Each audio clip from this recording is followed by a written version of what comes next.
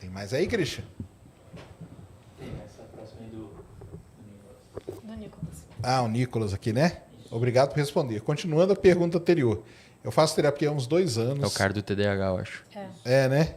Entrei com remédio há 8 meses. Aí ele dá o nome aí que você vai saber.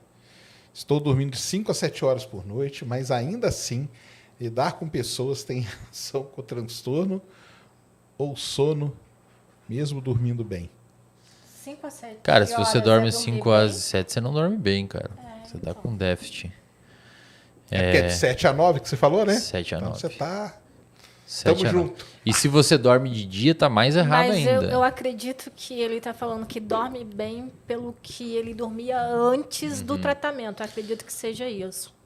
Cara, tu tem que ver, velho, porque os medicamentos estão ajudando. TDAH é um transtorno camaleão, velho. Não é fácil diagnosticar. Você fez um teste neuropsicológico?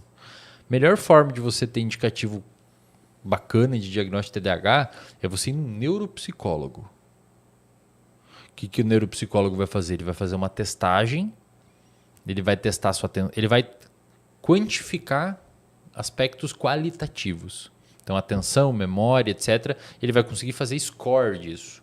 Vai atribuir uma nota e vai fazer uma comparação com a média de pessoas do seu sexo e da sua idade e vai ver se você está muito abaixo ou muito acima. Entendi. Aí, com base nisso, ele escreve um laudo para o seu médico psiquiatra, falando, ó, tá muito ruim a atenção, tá muito ruim o sistema operacional, isso é forte indicativo de TDAH.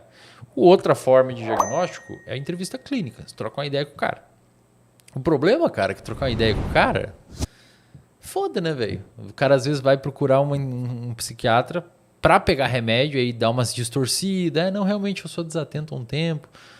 Mas daí você... Ele vai tentando manipular Mas ali é pra mesmo. me dar o remédio Então, logo, né? a ideia é assim, se você for fazer uma entrevista clínica para diagnóstico de TDAH, cara, seja que é difícil você ser totalmente imparcial, mas o médico ou o psicólogo conversa com o familiar, fala, ele realmente é esquecido mesmo, assim, pede uma opinião de um terceiro, um professor, se é um moleque, chama o professor para consulta se é criança, ou vai no neuropsicólogo, cara.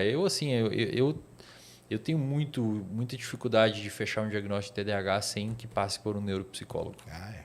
Vai lá, cara, um neuropsicólogo e veja isso aí. Aí, às vezes, você não gosta de gente mesmo. Às vezes você é um cara com uma sociabilidade mais reduzida, que acontece também, e não tem problema E nenhum. não tem problema, né? Isso mesmo. E também tem aquela questão que as pessoas acabam pedindo um diagnóstico para você. Acredito que deve ter muito isso, até nas tuas redes sociais, né? De mandar mensagem. Ah, porque eu estou sentindo isso, o que pode ser? E não é assim. Assim,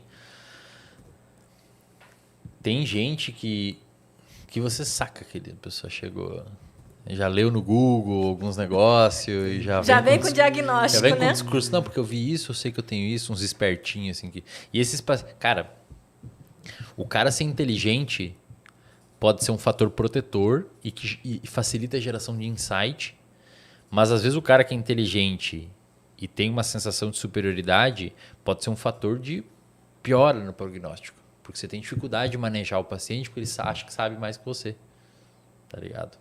E hoje com o Google, né? Com o Google, exato. Todo mundo sai meio especialista, né? Exato. Isso é complicado demais, né? Exato.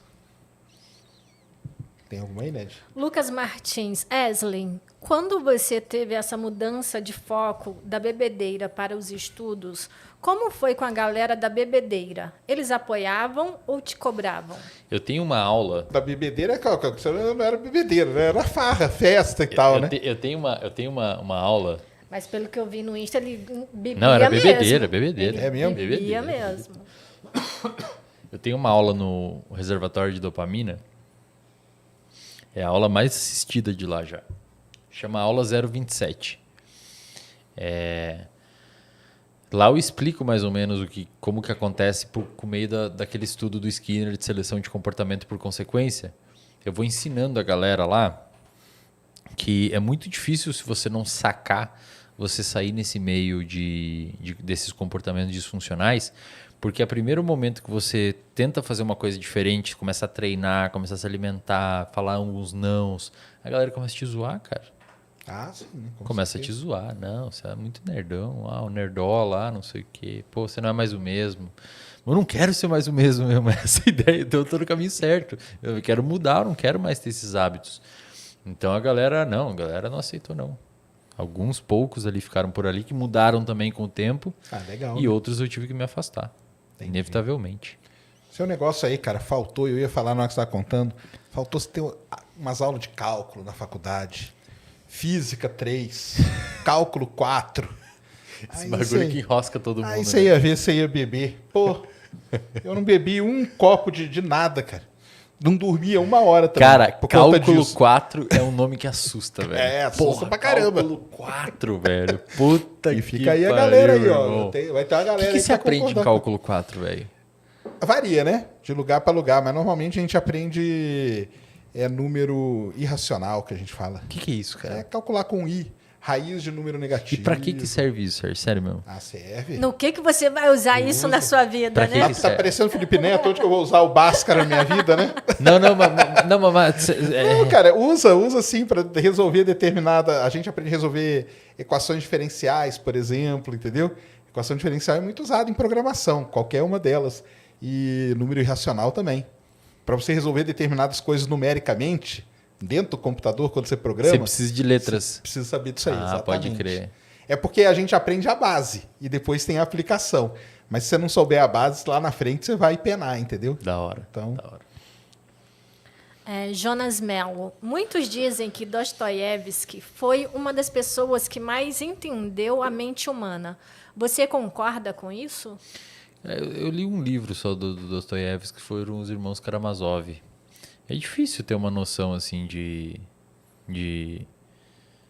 Às vezes entendia por, sei lá, né? Conviver com pessoas e tal, né? Às vezes por pensar muito nisso também, por observar, né? Naquela época você tinha que observar muito comportamento para conseguir. Mas, por exemplo, se você vê ensinamentos, por exemplo, o estoicismo, que se fala muito, que é você tentar enxergar o mundo por uma outra ótica e principalmente os momentos de sofrimento por um lado diferente. A terapia cognitiva comportamental no braço cognitivo ensina isso. Então poderia dizer que tem raízes estoicas, saca? Então são coisas que são aprimoradas, mas a galera já tinha uma noção porque lidavam com humanos, né? Sim, com certeza. Naquela época. Você, antes de entrar, o cérebro é um negócio que sempre te fascinou? Ou não? Cara, pior que não, velho. Não? Antes não? Zero, cara. Olha só.